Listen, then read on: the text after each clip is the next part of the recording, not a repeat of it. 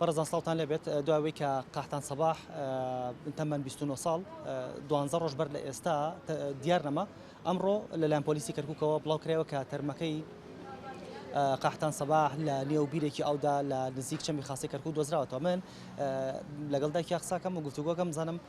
دایکی چێڵە دایگیان سڵاو لەبێ هاوبەشی خەمتانین ئەگەر باسی ئەومان بکەی کوڕەکە چۆن چوە دەرەوە لەگەڵ کێ چوە دەرەوە چی وت جمعە بوو دەرچووە دەرەوە وتی داوەتم وتم کاکە دوور نەکەوی لە من وتی کاکەت سعات دوی شەوش بێ دێمەوە سعات دوی شەو تەلەفۆنم بۆی نەکرد بەین سعات دە تەلەفۆنم بۆی کرد جابی نەدا مۆبایلی حتا ئەمڕۆ کوژاوەتەوە. دەست خۆش بێ خۆی گەورە سەبووری تامدا ئینشەڵڵا. لەبەرەوەی دۆخی دایکی خراپە من نامەوێت پرسیاری زیاتری لێ بکەم بەڵام بە پێوەی کە پۆلیس ڕایگەاندووە قاحتان سەباح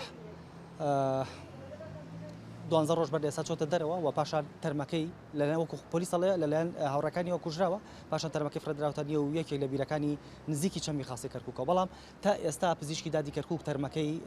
قاحتانی ڕادستی کەس و کارەکەی نەکردو چونکە وەکو پزیشکی دادی کەرکووکەڵێ تەرمەکەی بە شێوێک شێواوە کە ئەوان بە ئاسانی ناتوانن پشکنینی بۆ بکەن بۆیە ناچار ئەبێت تەرمەکەی قاحتان ڕەوانەی بەغدا بکەن و پاشان لە بەغداوە تەرمەکەی